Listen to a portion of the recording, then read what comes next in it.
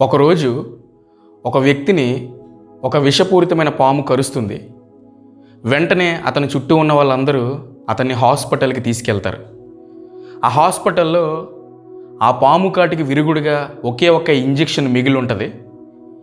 Doctor గారు ఆ injection bottle తీసుకున్నప్పుడు ఆ పాము కరిచిన వ్యక్తి నాకు ఇంజెక్షన్ వద్దు అని డాక్టర్ గారు చెయ్యి పట్టుకుని అనవసరమైన హడావిడి చేస్తే ఆ ఉన్న ఒక్క ఇంజెక్షన్ కింద పడి పగిలిపోతుంది.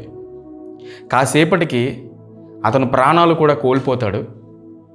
డెత్ రిపోర్ట్లో ఏమని రాస్తారంటే, ఈ వ్యక్తి పాము కాటు వల్ల చనిపోలేదు, ఇంజెక్షన్ను తిరస్కరించడం వల్ల చనిపోయాడు అని రాస్తారు. ఈ భూమి మీద పాపము ఉంది, పాపానికి విరుగుడు కూడా ఉంది. ఒక మనిషి అనేవాడు నరకానికి ఎందుకు వెళ్తాడంటే, పాపానికి విరుగుడైన దేవుణ్ణి తిరస్కరిస్తున్నాడు కాబట్టి నరకానికి వెళ్తున్నాడు. మనిషి అనేవాడు పాపంలో పుడుతున్నాడు, పాపంలో పెరుగుతున్నాడు, పాపంలో బ్రతుకుతున్నాడు, పాపంలోనే చనిపోతున్నాడు. మనము పాపంలో పుట్టడం మన తప్పు కాదు, కానీ పాపంలో చనిపోవటం మాత్రం మన తప్పే.